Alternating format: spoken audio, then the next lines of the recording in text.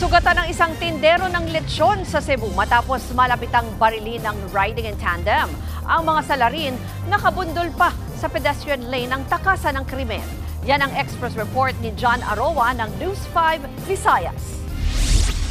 Linggo ng gabi, makikita ang riding in tandem na ito na huminto sa tapat ng tindahan ng lechon manok sa Minganilla, Cebu. Tila may itinatanong ang dalawa sa may-ari na si Jerwin Bacaro, 38 anyos. Matapos mag-usap, tumambay muna ang dalawa habang abala si Bacaro sa paglilechon. Pero pagkalipas ng ilang minuto, lumabas si Bacaro at umupo sa harap ng kanyang tindahan. Dito na muling bumalik ang dalawang nakamotor at biglang binaril sa ulo si Bacaro.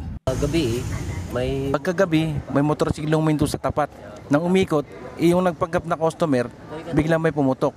Paglingon ko, nakandusay na siya. Parang kilala ng bumaril ang biktima. Yung laking yun, parang may relasyon sila dati. Agad namang tumakas sa mga salarin.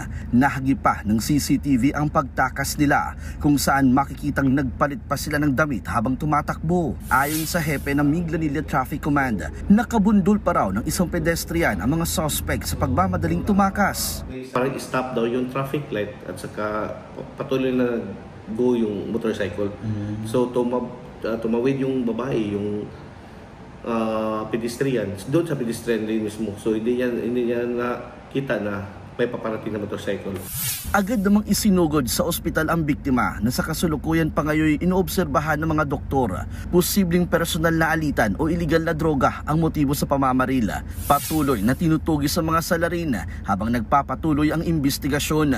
Nagbabalita mula sa frontline, John Aroa, News 5 Visayas. Mga kapatid, Ruth Cabalco, para sa mabilis na pasada ng mga balitang dapat niyong malaman, mag-follow at mag-subscribe sa social media pages ng News 5.